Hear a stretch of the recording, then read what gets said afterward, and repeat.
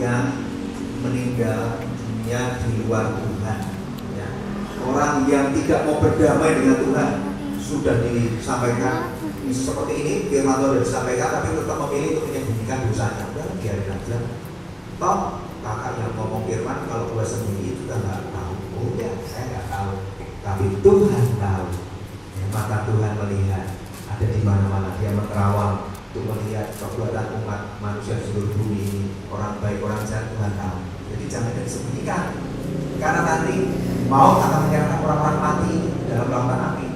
Orang yang mati di dalam dosanya, yang tidak mau bertobat, yang tidak mau berdamai dengan Tuhan, itu semua dilempar dalam kerajaan maut, tempat orang menyimpan orang-orang mati di luar Tuhan, atau namanya Hades. Ya, kalau Pak Yunus sekolah teologi pasti lebih pintar dari kakak. Ya. Jadi kalau ada yang kurang betul nanti Pak Yunus mengkoreksi ya, kalau kakak ini nggak belajar sekolah teologi ya, tapi ya belajar dikit-dikit. Orang yang mati di luar Tuhan disimpan di kerajaan maut, namanya Hades. Nah kalau kita disimpan di Firdaus, ya, di rumah Tuhan nanti. Ayat 14, lalu maut dan kerajaan maut itu dilemparkan ke dalam lautan api. Itulah kematian yang kedua, lautan api. Nah, sebelum Tuhan datang, orang-orang yang mati sebelum nanti Tuhan datang disimpannya di kerajaan maut. Nanti untuk apa? Untuk sekali lagi, untuk dihakimi dan dibuang ke lautan api neraka yang kekal. Itu kematian kedua, kematian kekal selama-lamanya. Ya, jadi jangan sampai kita ada di sana ya. Jangan sampai maut dan kerajaan maut dan lautan api. Nah, maut itu apa? Upah dosa ialah maut. Nah, berarti kan sudah tahu maut itu adalah upah dari dosa. Jadi jangan mau tertipu sama promosinya setan ya. Setan sama iblis itu promosi paling enak. Ya. Apalagi kita sudah tergiur pakai produknya iblis. Nah, kita juga harus mau bayar harganya. Bayar harganya apa? Ya maut. Bahkan bisa ke kerajaan maut. Ya, jadi jangan sampai kita tertipu oleh setan. Kalau sekali berani pakai produknya, kita juga harus terima konsekuensinya. Ya, makanya kalian harus betul-betul berjaga-jaga ya. Karena lawan kita ini seperti singa yang mengaum-ngaum, tidak menerkam mangsanya. Kalau dia melihat anak Tuhan ini hidup rohaninya nggak kuat, nggak pernah berdoa, jarang baca firman, juga hatinya masih belum murni di hadapan Tuhan, artinya masih menyimpan luka-luka hati. Ini menjadi sasaran empuk buat iblis memangsamu. Ya, memangsa bukan berarti terus diterkam kayak singa, bukan. Yang dimangsa apa? Jiwa dan roh. Ingat tuh, jiwa dan roh kalau dimangsa iblis, ujung-ujungnya juga akan binasa. Siapa di sini yang percaya bahwa murid kita ini kan disebut anak-anak Tuhan, murid Tuhan Yesus, itu kita tidak kebal terhadap dosa? Siapa yang percaya? Angkat tangan. Semua anak Tuhan, murid Tuhan tidak kebal terhadap dosa. Oh, berarti ada yang masih bingung. Ya, kakak kasih contoh. Murid Tuhan Yesus ada berapa banyak? 12. Siapa yang berkhianat, memberontak? Yudas Iskariot. Akhir hidupnya Yudas kemana? Binasa ya, gantung diri binasa ya. Kalau gantung diri binasa berarti perginya kemana? Iya. Nah, coba kalian renungkan. Siapa yang memilih Yudas Iskariot menjadi murid Yesus? Yesus sendiri ya. Pertanyaan kakak selanjutnya. Emang Yesus, kakak kok bilang Yesus kayak kurang sopan. Emang Tuhan Yesus waktu milih Yudas, Tuhan Yesus gak bisa membayangkan ke depannya nanti bahwa Yudas bakalan memberontak dan berkhianat dengan Tuhan Yesus dan akhirnya hidupnya seperti itu. Emang gak bisa? Bisa kan? Tapi kenapa kok Tuhan Yesus sempat memilih Yudas menjadi muridnya? Dipilih di antara 12 itu salah satunya Yudas. Nah, artinya apa? Ya seperti kita juga kan. Kita sudah terima Tuhan, dipilih Tuhan, dipisahkan dari dunia ini untuk menjadi anak-anak Tuhan, bukan menjadi anak-anak dunia. Ya. Tetapi kita nggak jaminan loh akan seperti 11 murid Yesus. Kita bisa menjadi Yudas Iskariot juga yang memberontak pada Tuhan dan berkhianat pada Tuhan. Mau tahu Yudas Iskariot ini akarnya apa? Akar dosanya kok akhir hidupnya kok binasa? Siapa yang tahu? Akar dosanya Yudas Iskariot apa? Yunus nggak boleh jawab karena ahlinya ya. Ahlinya nggak boleh jawab. Anak-anak SMP kan ya. Nanti dia bilang cinta Pak. Wah pintar-pintar Pak Yunus memang luar biasa. Ini kakak salut nih anak-anak SMP kan ini top, bener top. Dahsyat kakak bangga. Betul, cinta uang. Dia tuh bendara yang nggak jujur. Makanya ketika melihat perempuan Samaria, perempuan Tarwastu hendak meminyaki kaki Tuhan Yesus, menyikat dengan rambutnya, memecahkan buli-buli kuala, itu minyak mahal banget, harganya 300 dinar. Itu seharga 1 tahun upah orang bekerja kan? Zaman dulu. Berarti kalau sekarang UMR misalnya 2 juta, berarti harga minyak itu 25 juta. Dipecahkan untuk meminyaki Yesus, menyiapkan untuk penyembahan Tuhan. Tapi Yudas, sok suci, dia bilang, guru ini buat apa ini? Pemborosan seperti ini kan bisa dikasihkan ke orang miskin. Tapi Tuhan apa? Dalam hatinya, nggak tahu lah, kamu cinta uang, mulutmu sama hatimu nggak sama. Kamu sok suci, padahal kamu menginginkan duitnya kan? Tuhan tahu bahwa Yudas itu bendara tidak jujur, cinta uang. Nah, teman-teman juga nanti koreksi ya. Apa akar dosamu? Cinta uang atau cinta ini percabulan ya? Akar dosanya apa nih? Dosa percabulan, membuat uang. Nah, dimulai dari akar cinta akan uang ini, Yudas menjadi mudah berbohong, ya kan? Hidupnya jadi mudah bohong. Tuhan Yesus menegur enggak?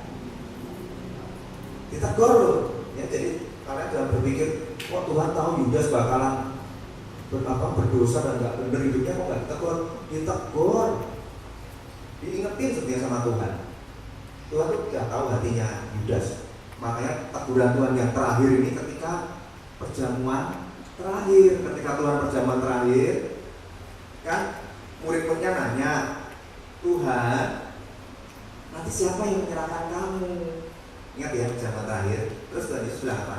Oh, nanti yang aku akan celupkan roti ini dan aku berikan kepadanya, dialah yang menyerahkan aku. Itu udah jelas banget belum? Jelas banget ya. Di situ ada Yudas enggak? Ada. Lah kurang apa? Udah disindir, bukan nyindir lagi itu apa telak banget, bener kan? Nanti kalau aku mencelupkan roti ini dan aku berikan kepadanya, dialah yang menyerahkan aku. Nah ternyata Tuhan Yesus benar-benar mencelupkan roti diberikan kepada Yudas. Apa yang terjadi? Yudas sudah disindir, tidak bertobat, malah dimakan tuh rotinya. Nanti dibaca ya. Istilah gini, omongannya kakak ini semua dasar firman Tuhan semua. Begitu dimakan sama Yudas Iskariot, apa yang terjadi? Yudas kerasukan setan. Detik itu sudah tidak bisa diselamatkan lagi. Ya, jadi hati-hati ya. Kalau kita sudah sering dengar firman Tuhan itu bertobatlah, tapi kita keraskan hati, kita cuekin firman Tuhan, ingat itu persis cara kerjanya iblis ketika membinasakan murid Tuhan yang namanya Yudas Iskariot. Tuhan gak salah pilih Yudas. Tuhan itu mengasihi Yudas, tapi Yudas memilih untuk percaya Tuhan hanya setengah hati. Setengah hatinya dipercayakan kepada siapa? Kepada iblis. Dimulai dari akar cinta uang. Ya, sampai akhirnya apa? Iblis berhasil menguasai 100% hatinya. Dikeraskan hatinya, sudah nggak bisa bertobat lagi. Makanya Yudas kerasukan setan. Dan Yesus mengatakan apa? Ya sudah, apa yang tidak kamu perbuatlah segera. Tuhan sudah tidak mau menyelamatkan lagi, supaya memang digenapi juga rencana Bapa atas hidupnya. Padahal Yudas Iskariot itu tidak dinubuatkan dia yang akan mengkhianati dan menjual Yesus. Tidak, hanya dikatakan salah satu dari muridnya akan menjual Yesus. Tapi ternyata yang 11 memilih bertobat, yang satu memilih mengeraskan hati, yaitu Yudas Iskariot. Oke, udah jelas ya teman-teman. Jadi kita jangan jadi pengikut Yesus, menjadi murid Yesus yang punya mental seperti Yudas. Percayanya cuma setengah hati, masih kompromi dosa, masih cinta dosa, kita nggak mau lepaskan. Hati-hati, iblis paling betah tinggal dalam pribadi anak-anak Tuhan yang seperti ini. Ya kalau di Wahyu dikatakan yang suam-suam kuku, nggak panas nggak dingin. Maksudnya panas itu apa? Panas itu artinya rohmu itu menyala-nyala. Menyala-nyala itu artinya apa? Punya gairah sama Tuhan. Nggak usah disuruh doa, nggak usah baca firman.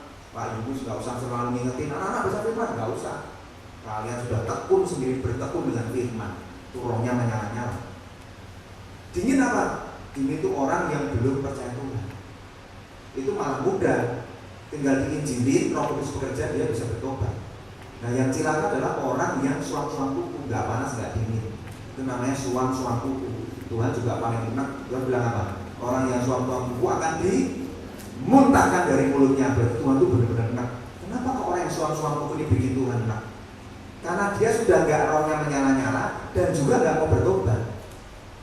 Makanya Tuhan ingatkan, mending lu kalau panas sekalian, dingin sekalian. Karena kalau yang dingin, Tuhan tinggal kirim hamba-hamba Tuhan untuk menyampaikan firman dan orang itu bertobat.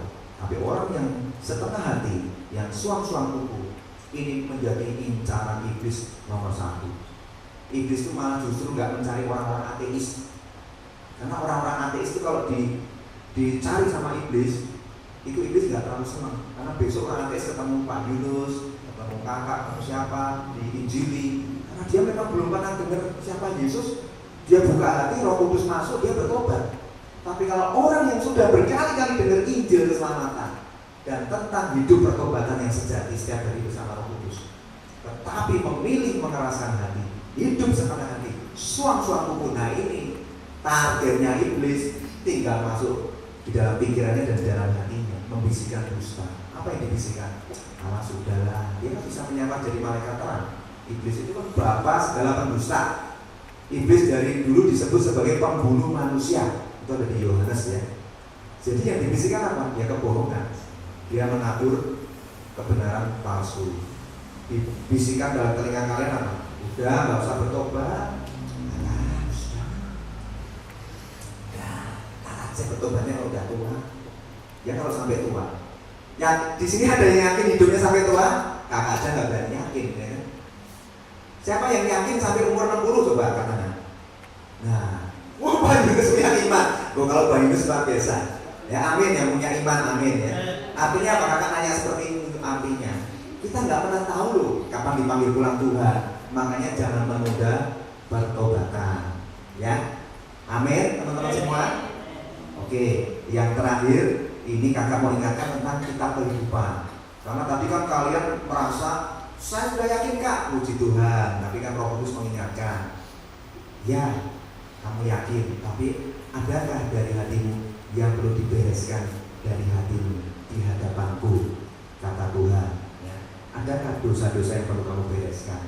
Karena tadi tidak ada satupun yang berani angkat tangan, aku nggak punya dosa. Setiap kita punya. Mungkin dosanya menurut kita kecil, yaitu apa? Sombong. Bukan nggak mencuri, tapi ada dosa kesombongan. Ya juga harus dibereskan. Karena Tuhan mengajarkan kita untuk apa? Lemah lembut dan rendah hati. Contohnya ya, kita nggak bisa lari dari Tuhan. Yang terakhir, kita buka di Wahyu 3 ayat ke-5. Nah, yang sudah ketemu tolong dibacakan. Barang siapa menang, ia akan dikenakan pakaian putih. Yang demikian, aku tidak akan menghapus namanya dari kitab kehidupan, melainkan aku akan mengaku namanya di hadapan Bapakku dan di hadapan para malaikatnya. Amin. Tolong bacakan sekali lagi. Barang siapa menang, ia akan dikenakan pakaian putih. Yang sedemikian, aku tidak akan menghapus namanya dari kitab kehidupan, melainkan aku akan mengaku namanya di hadapan Bapakku dan di hadapan para malaikatnya. Puji Tuhan. Dikatakan apa? Barang siapa menang, ia tidak, aku tidak akan menghapus namanya dari kitab kehidupan. Aku ini siapa di sini? Belum kompak nih. Aku di sini siapa? Tuhan Yesus. Berarti yang bisa menghapus dan menulis nama kita di kitab kehidupan siapa? Yesus. Nah, dikatakan apa? Barang siapa menang, Tuhan tidak akan menghapus. Kalau kalah, nah kalian yang ngomong sendiri ya. Coba nanti bicara dengan Roh Kudus ya.